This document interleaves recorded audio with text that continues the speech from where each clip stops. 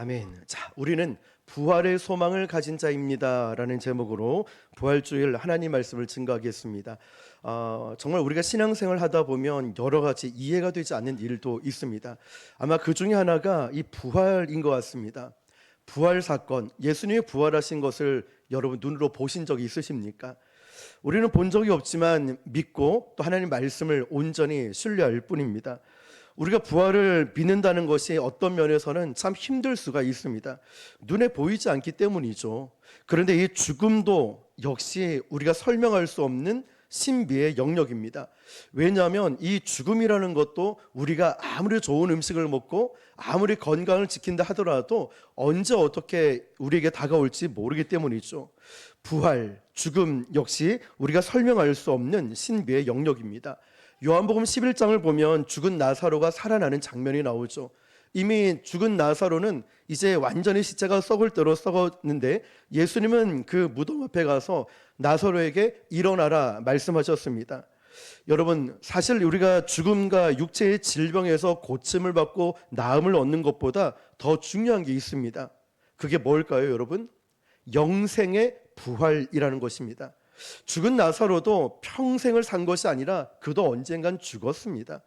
또 육체적 질병도 고침을 받았지만 언젠가는 또다시 아플 수도 있습니다. 그러나 중요한 건 우리의 영생은 이 땅을 끝나게 되면 이 생에서 끝나는 것이 아니라 주님이 예비해 놓으신 천국, 우리는 죽어서 다시 또 살아서도 부활 소망을 가지고 살아가는 것입니다. 많은 사람들이 믿음을 가지는데 걸림돌이자 어려움이 있습니다. 뭐냐면 하나님 말씀이 믿어지지가 않는다는 거예요. 분명히 옆에 계신 권사님, 집사님들 보면은 그렇게 뜨겁게 기도하고 믿음으로 찬양하고 예배를 드리는데 나도 정말 그렇게 믿고 싶은데 도무지 믿어지지가 않는다는 거죠. 대표적으로 성 어거스틴을 보니까 그의 삶에서 성실하게 믿음을 찾고 있는 사람이었습니다. 성 어거스틴은요, 자기가 공부를 통하여서 하나님을 믿어보겠다라고 열심히 노력을 했습니다. 그런데 공부를 해서 되지 않았는데 어느 날 하나님을 인격적으로 만나고 나서부터는 그의 고백록에서 이렇게 말을 합니다. 나는 알을 통하여 하나님을 믿으려 하였으나 내가 하나님을 믿고 나니 하나님을 알게 되었다고 합니다. 자, 여러분, 우리는 이렇게 생각했죠. 공부하거나 어떤 것을 통하여서 하나님을 믿어보겠다라는 생각들을 하신 분도 계실 거예요. 그러나 성경은 반대라는 거죠. 하나님을 먼저 믿게 되면 알게 된다는 것입니다. 알아서 믿겠다. 이 부분들은 참 힘든 것 같습니다. 왜냐하면 여러분, 성경을 보면은 하나님이 행하시는 일들, 특별히 이 부활 사건을 한번 보십시오. 여러분 이성적으로, 지식적으로, 또 여러분의 상식으로 이게 이해가 됩니까? 죽은 자가 살아나셨다. 예수님은 나와 여러분의 죄를 위해서 십자가에서 죽으셨다. 아무런 대가도 아무런 조건도 없이 죽으셨대요. 한 가지, 그저 저와 여러분을 사랑하시기 때문에. 우리 신앙의 문제가 뭘까요? 눈에 보이지 않는다는 거예요. 눈에 보이지 않는 것을 내가 믿을 수가 없다는 이 얘기를 합니다. 똑같이 오늘 본문 35절에도 사람들이 이런 의문을 가지고 얘기를 합니다. 35절 시작. 누가 묻기를 죽은 자들이 어떻게 다시 살아나며 어떠한 몸으로 오느냐 하리니. 아멘. 여기에 대한 대답이 36절부터 이렇게 기록해요. 어리석은 자요, 네가 뿌리는 씨가 죽지 않으면 살아나지 못하겠고 또 내가 뿌리는 것은 장래의 형체를 뿌리는 것이 아니요 다만 밀이나 다른 것의 알맹이 뿐이로되 하나님이 그 뜻대로 그에게 형체를 주시되 각 종자에게 그 형체를 주시느니라. 아멘. 이 말씀은 이런 겁니다. 우리가 씨를 뿌립니다. 씨를 뿌리는데 장래에 그 형체를 뿌리는 것이 아니라 내려주시면 돼요. 그냥 씨를 뿌릴 뿐입니다. 그런데 그 씨가 죽습니다. 그런데 이 하나님께서는 이제 그 뿌린 씨를 통하여 다른 형체를 만들어 주신다는 거예요. 여러분, 이게 이해가 되십니까? 이게 생명의 신비라는 거죠. 저도 말씀을 준비하면서 이런 생각이 들더라고요. 우리 아이가 정말 작게 태어났거든요. 그런데 지금 보면 큰애, 둘째는 저보다 키가 조금씩 다 커요. 셋째도 저보다 배가 더 나왔습니다. 어쨌든 뭔가든 크더라고요, 저보다. 정말 작은 2.75, 뭐 3점 뭐 몇 킬로 작은 형체였지만 이제 그 아이들이 자라나면서 앞으로는 더 커지겠죠. 우리도 그렇게 자라왔으니까 말이죠. 작은 씨앗을 뿌리고 작은 씨였음에도 불구하고 이렇게 장래의 큰 형체로 변화된다는 거 말입니다. 우리가 이 부분을 쉽게 이야기를 하지만 여러분, 이게 어떻게 설명이 가능하겠습니까? 생명의 신비죠. 요즘은 생명공학, 유전공학이 발달하는 시대고 앞으로는 어떤 대단한 일이 일어날지 모릅니다. 그러나 유전공학 역시도 그 출발은 생명에서부터 시작을 합니다. 생명의 신비를 풀 방법이 우리에게는 없다는 것이죠. 불교에서는 이걸 뭐라고 할까요? 윤회 사상을 이야기를 합니다. 네가 여기서 이 땅에서 선하게 살면 선하게 다시 태어날 거라고. 윤회 사상 역시도 사람들로 하여금 선하게 살 수 있다는 동기부여를 할지 몰라도 생명의 근원에 대해서는 설명하지 못합니다. 우리 신앙은 이겁니다. 창세기 1장 1절에 기록된 하나님의 태초에 천지를 창조하시니라, 이 말씀을 믿는 순간 우리의 모든 궁금증은 다 풀립니다. 생명의 신비, 부활 사건도. 그렇지만 성경에 말씀한 하나님의 태초에 천지를 창조하시니라 창조가 믿어지지 않으면 우리는 아무것도 이걸 설명할 방법이 없습니다. 하나님께서 우리를 창조하신, 무에서 유를 창조하신 그 신앙에서부터 우리의 믿음이 고백이 되어야 됩니다. 그리고 이 부활이 비로소 믿어지기 시작합니다. 39절에서 44절까지 보면 사도 바울은 우리가 설명할 수 없는 이 부활의 신비에 대해서 하나님 앞에 믿음으로 우리가 고백하기 시작할 때 이 믿음, 이 부활의 신비가 우리에게 소망이 된다라는 고백을 하고 있습니다. 사랑하는 성도 여러분, 부활은 우리에게 소망입니다. 우리에게 부활이 없다면 우리의 믿음은 절대로 소망적일 수 없습니다. 가장 큰 문제는 우리에게 그 부활이, 그 주님의 역사가 눈에 보이지는 않지만 하나님은 저와 여러분을 지금도 보고 계시고 우리가 설명할 수는 없지만 하나님이 우리를 분명 창조하셨기 때문에 우리가 이 소망을 고백할 수 있는 줄 믿습니다. 세계 2차 대전 중에 독일이 런던을 대공습할 때 일이었습니다. 비행기에서 막 폭격이 일어날 때 어떤 한 가정에도 폭탄이 터져버린 거예요.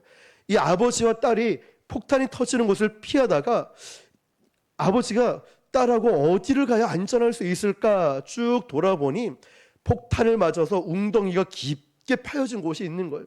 아버지가 먼저 피하려고 그 웅덩이 밑으로 뛰어내렸습니다. 그러고 나서 딸에게 얘기하는 거예요. 딸아, 아빠 여기 있으니까 얼른 뛰어내려. 아빠, 제가 뛰어내리고 싶지만 아빠가 보이지 않아요. 너무 캄캄하고 어두워서 아빠가 보이지 않아요. 아빠가 이렇게 얘기합니다. 너는 내가 안 보여도 나는 너가 보여. 그러니까 뛰어내려. 딸이 어떻게 했을까요? 딸이 뛰어내렸습니다. 그럼 딸이 뛰어내릴 수 있었던 건 무엇일까요? 아빠가 보여서일까요? 아니에요. 아빠가 나를 보고 있다는 믿음 때문에 뛰어내릴 수 있었다는 거예요. 우리의 신앙도 마찬가지예요. 그리고 아버지는 딸을 붙잡아 주지요. 우리 신앙도 이런 고백을 하죠. 하나님, 저 하나님 믿고 싶은데 믿어지지가 않아요. 하나님 이해가 되지 않아요. 우리가 이런 고백을 할 때 있죠. 정말 믿고 싶은데. 아니, 우리도 기도 열심히 하고 남들처럼 30분, 1시간도 기도하고 싶잖아요. 여러분도 전도도 열심히 하고 싶고 성도 간에 아름다운 교제도 하고 싶고 말씀대로 살아가고 싶잖아요. 그런데 믿어지지가 않을 때가 있어요. 그런데 이해가 되지 않을 때가 있다는 것이죠. 그런데 하나님은 우리를 오늘 이 아빠가 딸에게 얘기한 것처럼 너는 내가 보이지 않아도 나는 너가 보이니까 나를 믿고 아빠를 믿고 뛰어내려 봐. 그 딸을 뛰어내릴 때 아버지는 품에 안아줬다는 사실이죠. 여러분, 우리도 마찬가지예요. 하나님은 눈에 보이지 않고 믿어지지 않고 이해가 되지 않아도 하나님은 우리를 보고 계시고 우리는 그 하나님 말씀을 의지함을 통하여 부활신앙으로 나아갈 수 있다는 것입니다. 이게 믿음인 겁니다. 눈에 보이지 않아도 손에 잡히지 않아도 하나님은 나를 보고 계시고 함께 계시는 것을 믿고 있는 것, 이것이 믿음이라는 거죠. 여러분, 이 믿음이 있는 자는요 죽음을 두려워하지 않기 때문에 세상 사람들과 다르게 살아갑니다. 사도 바울 당시에도 많은 크리스천들이 어려움을 당하면 신앙을 포기하거나 아니면 조그만 유혹과 정욕과 쾌락이 있어서 넘어지는 사람들을 많이 본 거예요. 그래서 사도 바울은 19절에서 이렇게 얘기합니다. 만일 그리스도 안에서 우리가 바라는 것이 다만 이 세상의 삶뿐이면 모든 사람 가운데 우리가 더욱 불쌍한 자라. 이해되십니까? 무슨 말이냐면 만일 저와 여러분이, 예수를 믿는 저와 여러분이 이 세상의 삶이 끝이라면은 여러분들이 정욕에 넘어지지 않게 노력하는 것, 여러분의 유혹에 넘어지지 않게 믿음을 지키고, 여러분의 말씀을 지키고 복음을 증거하고, 여러분이 기도하고 신앙생활하고 있는 이 모든 것들이 이 세상에서 끝난다면 여러분은 가장 바보 같은 자라는 거예요. 그러나 여러분, 우리에겐 소망이 있다라고 말할 수 있습니다. 왜냐하면 우리는 부활을 하기 때문에, 예수님이 부활하신 것처럼 우리는 이 땅에서 죽었다 끝나는 것이 아니라 부활하는 거예요. 그래서 세상에서는 이걸 영결이라고 하죠. 영결식, 영원한 작별이라는 뜻이에요. 그러나 우리 예수 믿는 사람은 죽었다고 하지 않고 잠들었다라고 합니다.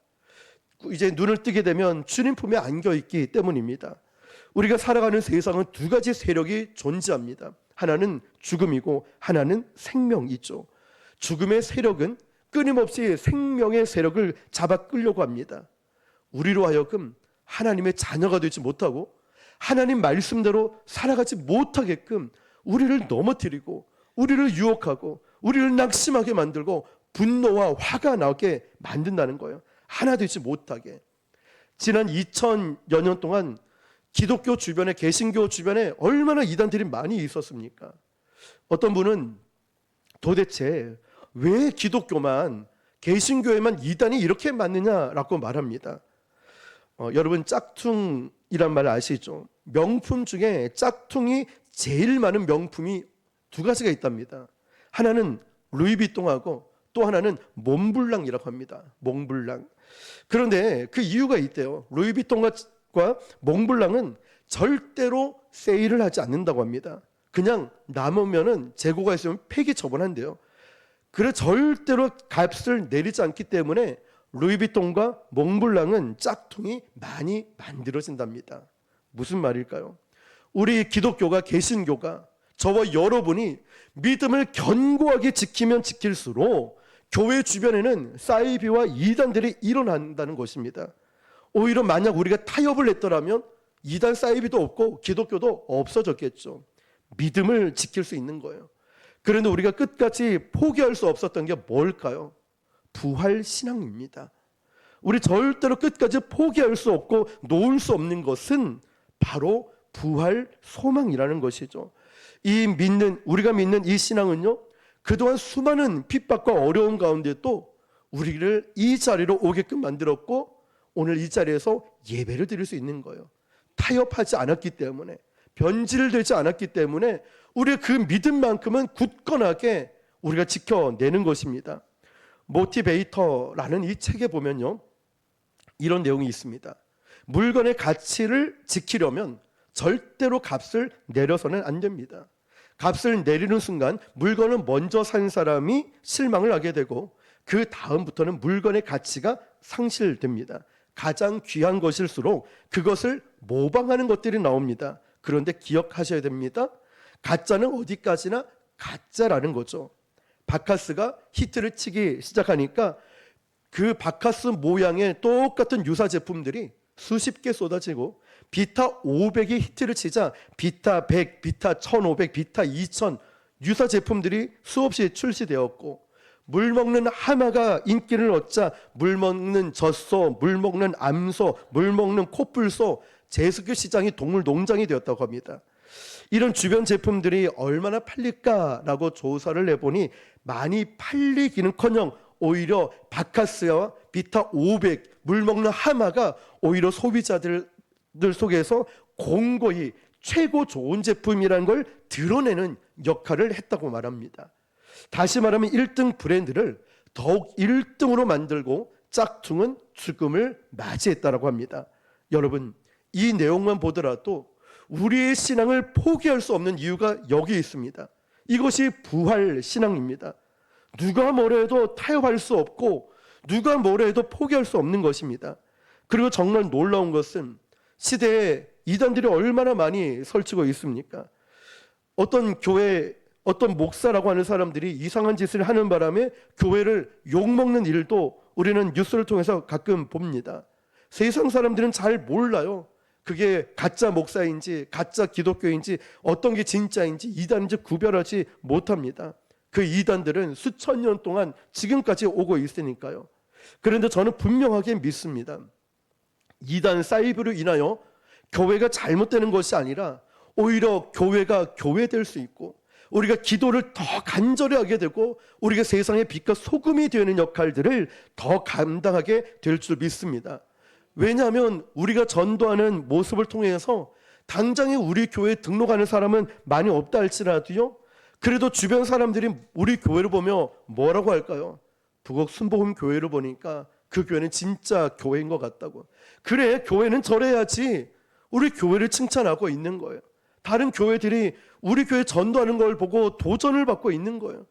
그분들이 엊그제 김해 계신 어떤 목사님이 전화 와서 우리 전도하는 이걸 보면서 자기도 목회에 정말 너무 번아웃이 왔고 포기하고 싶었는데 목사님 전도 일기를 보면서 다시 목회를 그리고 전도를 시작하게 했습니다. 우리 전도하는 이 모습을 통하여 다른 교회 목사님들이 힘을 얻고 있고 참 이런 감사한 일들이 일어나고 있다는 사실이죠. 오히려 세상이 악해져 가고 힘들어져 갈 때마다 우리는 하나님을 더 높이게 됩니다. 이것이 우리가 부활 소망을 가지고 있는 우리 시대에 살아가는 것이죠. 믿음의 가짜가 참 많습니다. 은혜 받은 척, 믿음 있는 척, 여러 가지 척척 하기는 쉽습니다. 그렇다면 부활 신앙을 믿는다는 게 뭘까요? 우리는 흔히 우리 신앙을 인과응보라고 생각할 때가 있습니다.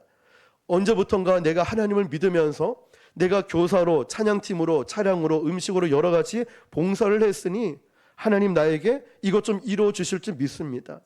내가 무엇을 했으니까 이걸 받아야 된다는 걸 신앙이라고 생각합니다. 그러나 그것은 잘못된 신앙입니다. 부활 신앙은 그런 것이 아닙니다. 부활 신앙이란 이거예요. 내가 하나님 앞에 목숨을 잃어도 그것이 끝이 아닌 것을 믿기 때문에 저는 모든 것을 드릴 수 있습니다.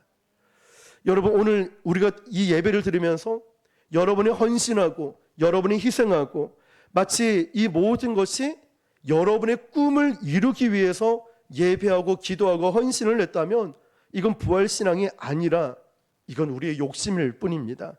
부활신앙은 우리로 하여금 하나님 앞에 온전한 헌신을 하게 만듭니다. 하나님 앞에 우리가 포기해야 될 것을 포기하게 만들고 교만하지 못하게 만들고 혈기 부리지 못하게 만들고 분열을 일으키지 못하게 만들고 오히려 낮고 겸손하게 남을 나보다 낮게 여기는 마음으로 주님의 마음으로 살아가게 됩니다. 심지어는 죽음조차도 하나님 앞에 내어놓게 만드는 것이 부활 신앙입니다. 오늘 우리 크리스찬들이 가장 강력한 믿음이 무엇일까요? 부활 소망이 우리 가운데 살아있는 거예요. 오늘 저와 여러분 가장 강력한 믿음을 소유하시길 축복합니다. 하나님께서 은혜 주셔서 여러분 정말 세상과 타협하지 않고 하나님 말씀으로 돌아와서 말씀 앞에 강력한 믿음으로 살아가시길 축복합니다. 부활신앙은요, 하나님 바라보고 잠잠하게 서 있는 거예요. 부활신앙 때문에 때로는 우리의 목숨도, 때로는 우리의 모든 것을 하나님 앞에 내려놓을 수 있는 거예요. 그것이 가장 귀한 것임을 우리가 선포하고 고백하기 때문이죠. 우리가 소망을 이룰 때가 있고 어떤 땐 생명의 위협을 느낄 때도 있습니다. 그럴 때 주님이 나의 구원자 되심을 고백하고 우리가 이 믿음을 고백할 수 있다면 우리의 소망은 끝나지 않은 것입니다. 부활 소망을 가진 사람들이 바로 우리의 상황이, 우리의 환경이, 나의 육체적 연약함이, 나의 부족함 때문에 멈추는 것이 아니라 그것조차도 아낌없이 주님께 드리는 그 믿음으로 살아가게 될 것입니다. 사랑하는 성도 여러분, 오늘 부활주일에 그 부활의 소망, 죽음을 이기신 그 부활의 능력이 저와 여러분 삶에 있기를 축복합니다. 그렇게 믿음으로 고백하고 살아내시기를 주님의 이름으로 축원합니다. 기도하겠습니다. 오늘 주신 말씀을